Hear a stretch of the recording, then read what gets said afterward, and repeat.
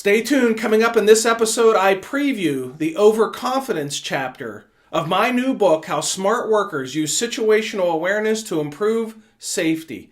But first, let's hear from our amazing sponsor, Midwest Fire. Every day,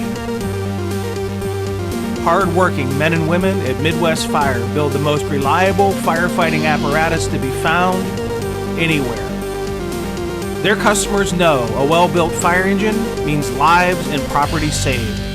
Midwest Fire, a factory direct manufacturer dedicated to helping you extinguish fire before it becomes a raging beast. To learn more about what fuels their passion, visit MidwestFire.com. Today's show is also brought to you by the Situational Awareness Matters Online Academy. The Academy trains and certifies your team members on situational awareness skills essential for improving high-risk decision-making outcomes. To learn more about this highly acclaimed program, visit SAMatters.com and click on the Online Academy tab under the Training section at the top of the homepage.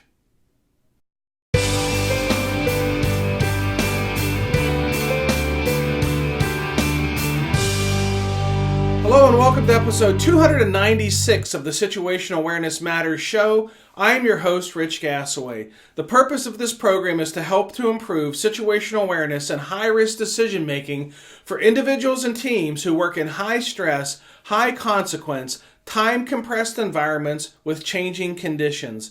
The SA Matters mission is simple. We want to help you see the bad things coming in time to prevent bad outcomes. I'm coming to you today from my office in St. Paul, Minnesota, having just returned from delivering a situational awareness program for fire, police, EMS, and search and rescue personnel in Alberta, Canada.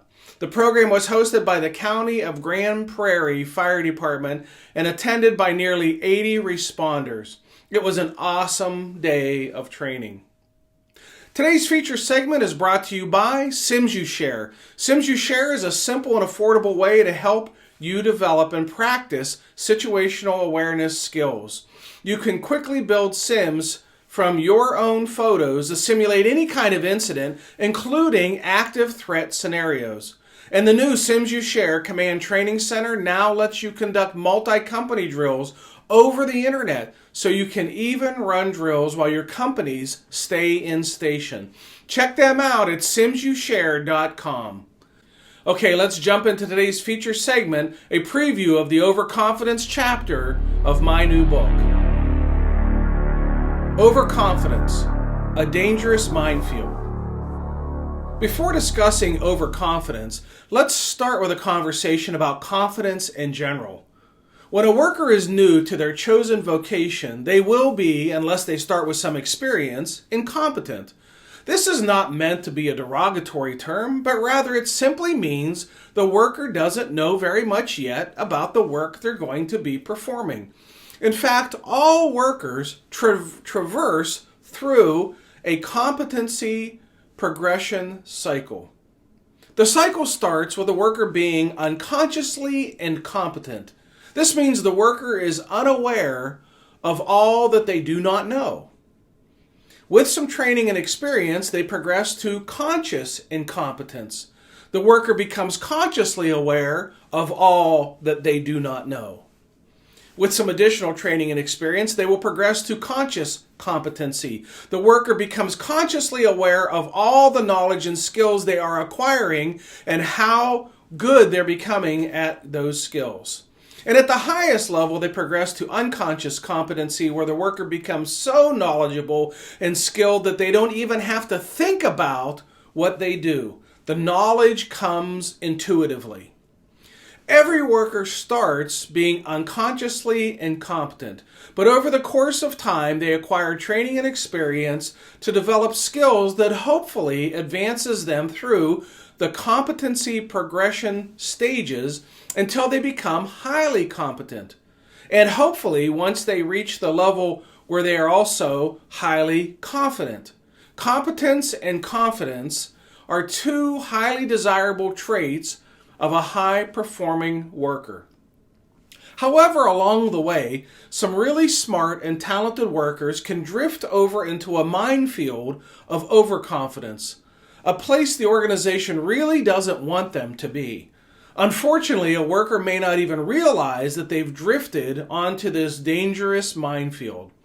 What causes the drift? From my observation of hundreds of near-miss and casualty events, it is this: shortcutting best practices while being rewarded with successful outcomes. Each time a worker takes a risk and gets rewarded with a successful outcome, their brains release a small dose of the neurotransmitter dopamine. Dopamine is part of the brain's internal reward system. It's like candy for the brain.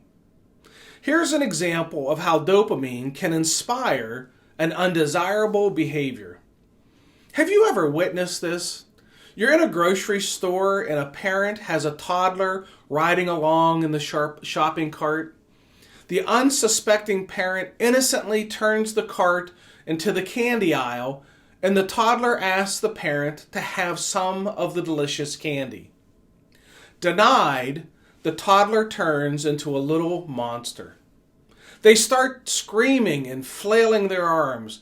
The ruckus causes such a scene that the parent becomes embarrassed and, in an effort to bring calm to the situation, puts a bag of candy into the cart. The child quiets immediately. The child's behavior is deviant, in other words, undesirable. And the child's deviant behavior, the screaming and thrashing, is rewarded with a successful outcome. They get the candy. The child's brain, assisted by a release of dopamine, remembers that screaming and thrashing is the behavior that gets rewarded with the candy. A similar thing can happen in the brain of a worker when they shortcut a best practice. If there is no consequence and the shortcut works, the worker is rewarded with a successful outcome. A release of dopamine ensures the shortcut is remembered as the pathway to success. As this behavior, the shortcut, is repeated and subsequently rewarded with success, the worker's brain wires a pathway to the memory of how to be successful. This is how learning occurs.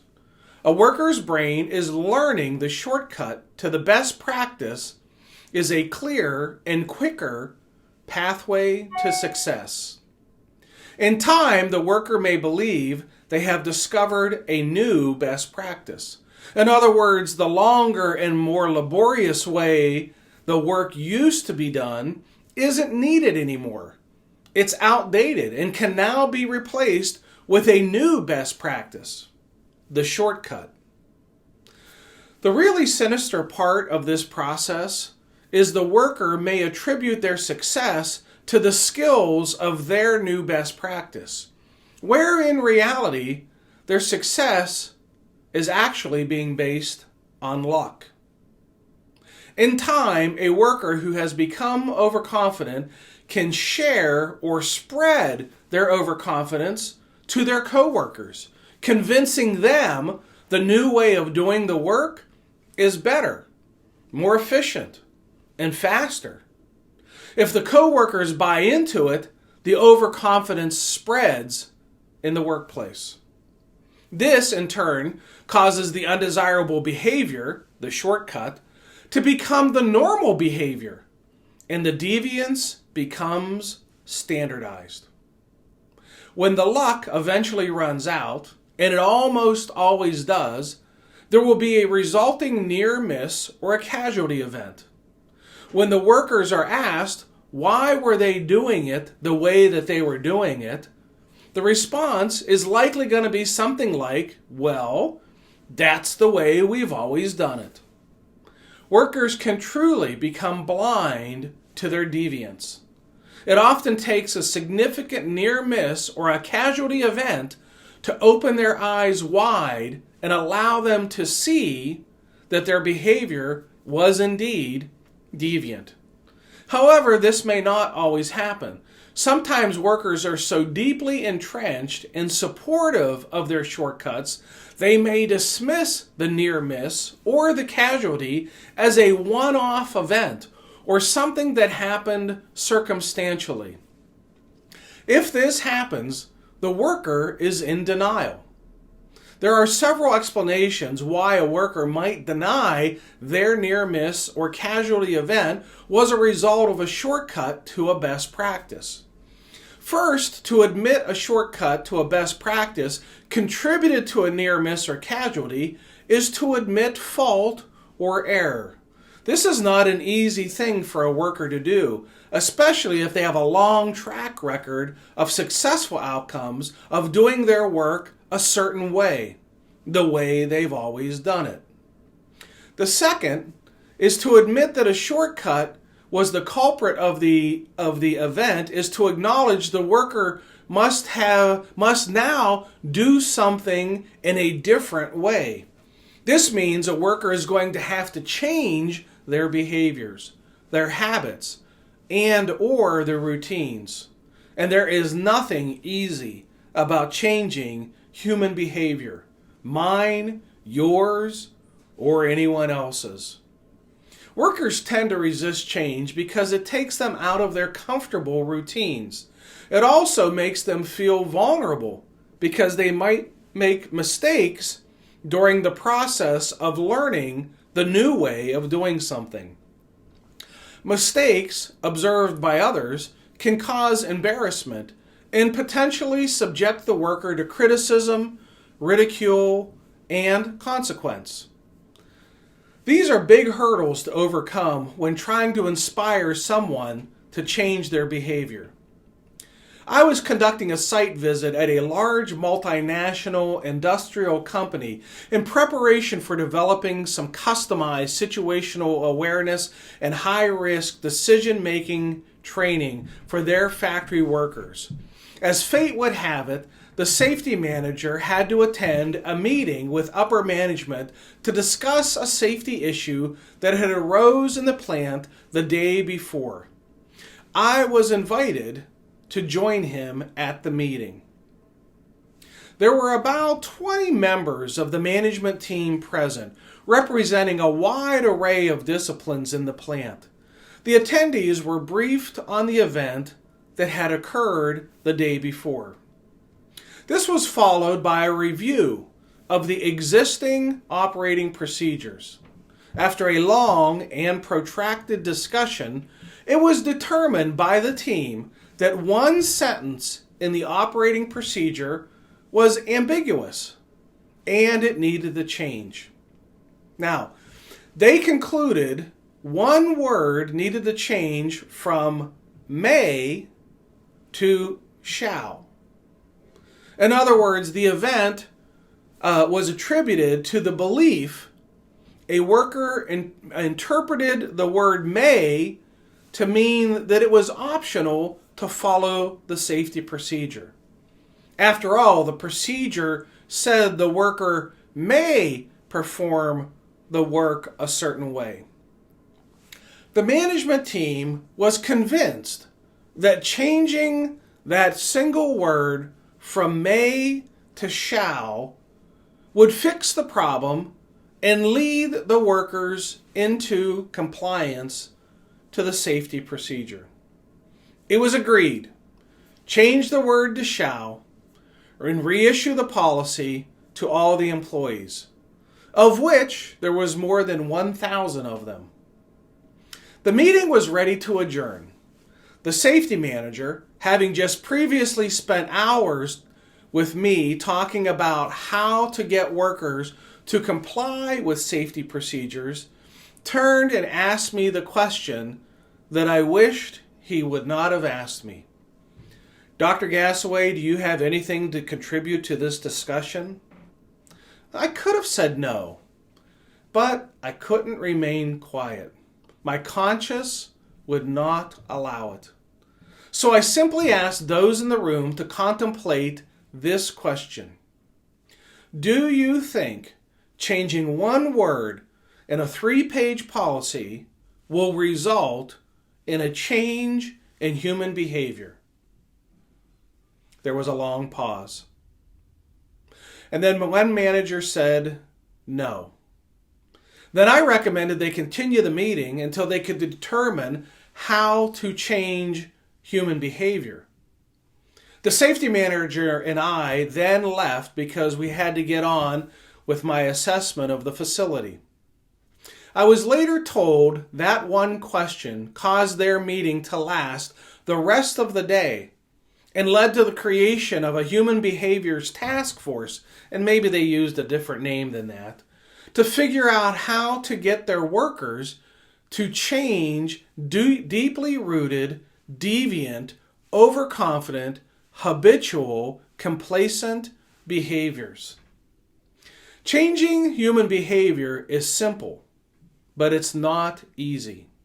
The simple part of the process is determining what model behavior should be and capturing that desired behavior into a policy or a procedure. What makes it so difficult is convincing frontline workers that they need to change their behaviors because the higher-ups who sit in conference rooms have decided to create, or in this case change, a policy. There is an element of truth in the skeptical mindset of the frontline worker. I mean, what does management know? Management knows they want high quality, on time, under budget output without mishaps.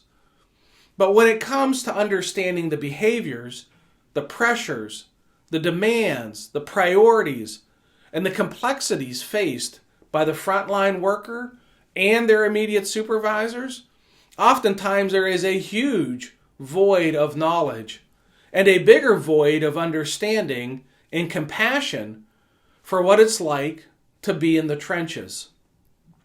I remember years ago reading Tom Peters' best-selling book, In Search of Excellence, where he offered the leadership best practice of MBWA, which stands for Management by Wandering Around. The premise was the managers would be more effective if they got out of their offices and wandered around the plant. A manager can learn a lot by making first-hand observations and having conversations with those who are on the sharpest end of high-risk, high-consequence decisions. It's quite easy for me to see overconfidence and complacency in the workplace. It's not because I have any special knowledge of the work being performed. In fact, oftentimes I have very little direct knowledge of what the workers do on the factory floor until I do the site visit. What allows me to see the overconfidence is simply this: I am from the outside. I have no preconceived notions about how the work is supposed to be done. I have no relationship with any of the workers or with any member of management that could bias my observations. I don't feel any of the stress or pressure to get any of the work done quickly. I just observe and talk to the workers. I ask simple questions like, what do you like most about working here? Or what do you like least? If you ran this company, what would you change? What are you most proud of? What causes you the greatest anxiety at work? Questions like these may seem to be more aligned to an assessment of leadership than safety.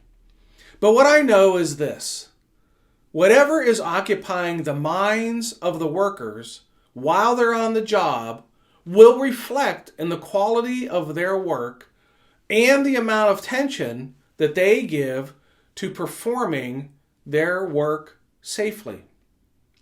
When management says safety is the most important priority, while the workers tell me that meeting production deadlines are the most important priority, I know what is occupying the workers' minds and what is driving their decisions and their behaviors. The workers' attention and awareness is focused heavily on meeting the production deadlines, not on their own safety. I launched the Situational Awareness Matters show back in 2014 with a purpose: to give a platform to those who had near-miss events to share their stories. When I'm on the road delivering situational awareness classes, I often ask the attendees about their near-miss events that they've experienced, and they have shared some amazing stories with me. Those stories motivated me to launch this show, so those lessons could be shared with a bigger audience, you. The Situational Awareness Matters show, podcasted as SAMatters Radio, and our companion video program, the SAMatters TV channel on YouTube, along with other videos we have posted there, have enjoyed more than 1 million views and downloads. I am so honored to provide a free platform for these incredible lessons to be shared. If you like the show, please do me a solid favor. Please subscribe. For the audio version, search for SAMatters Radio on iTunes, Google Play, Stitcher Radio, or iHeartRadio. If you prefer to watch the show on video, subscribe to the SAMatters TV channel on YouTube. And if you find value in the show, I would really appreciate it if you would give the show a rating and write a review. Your ratings and reviews help others to find the show, and more importantly, your feedback inspires me to work even harder for you.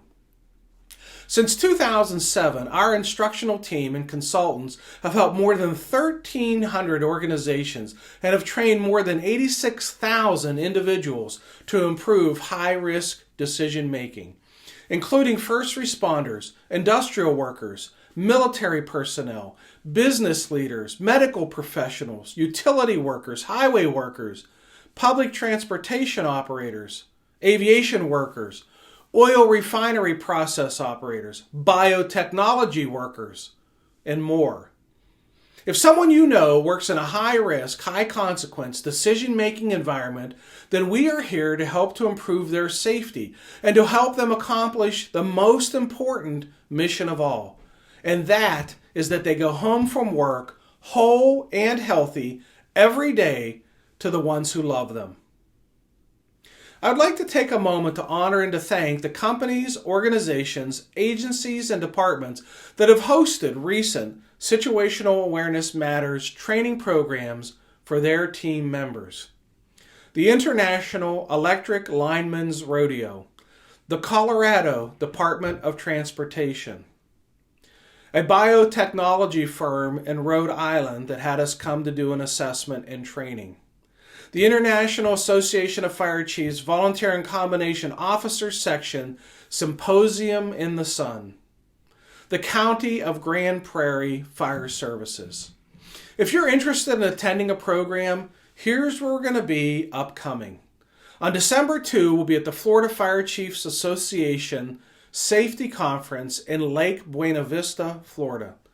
On December 4th, we'll be meeting with the safety managers for ExxonMobil's North American operations in Galveston, Texas. December 5 through 7 at the National Speakers Association Certified Speaking Professionals Summit in San Diego, California. December 8th at the Sandoval County Fire and Rescue Services in Albuquerque, New Mexico.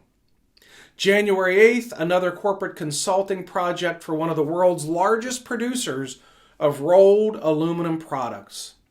January 11th at the Lincoln County Fire Chiefs Association in Denver, North Carolina. January 30th at the Evans Fire Department in Evans, Colorado. February 5, the Miami Valley Fire and Rescue Conference in Dayton, Ohio. February 7th and 8th, the South Carolina Fire Chiefs Association in Columbia, South Carolina.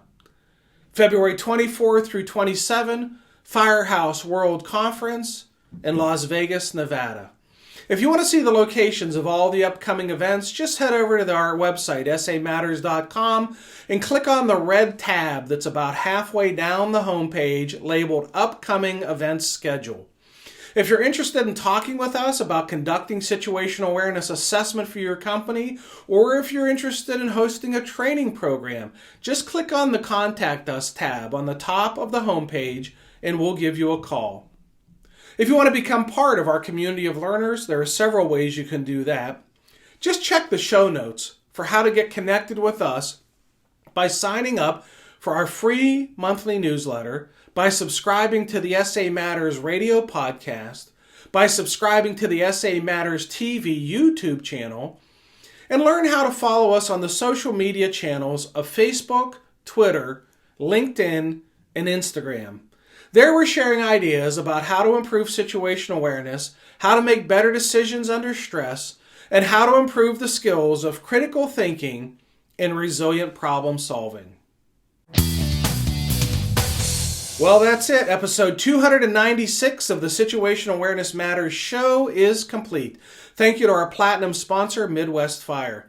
Thank you to our feature segment sponsor, SimsUShare. And thank you to our associate sponsor, Chief Miller. Thank you to all the companies, agencies, organizations, and associations that have hosted Situational Awareness Matters training programs. Thank you to all the organizations that have hosted the live stream training programs where we come to your organization live via the internet to train all your members. Thank you to the more than 3,500 students and graduates of the highly acclaimed Situational Awareness Matters Online Academy. The feedback I've received from Academy graduates is just amazing and humbling, and I thank you for that. And most importantly, thank you, the listeners and viewers of this show, for sharing some of your valuable time with me today. I really appreciate your support of the SA Matters mission. Be safe out there, and may the peace of the Lord and strong situational awareness be with you always. You've been listening to the Situational Awareness Matters radio show with Dr. Richard B. Gassaway. If you are interested in learning more about situational awareness, human factors, and decision-making under stress, visit SAMatters.com. If you are interested in booking Dr. Gassaway for an upcoming event, visit his personal website at richgassaway.com.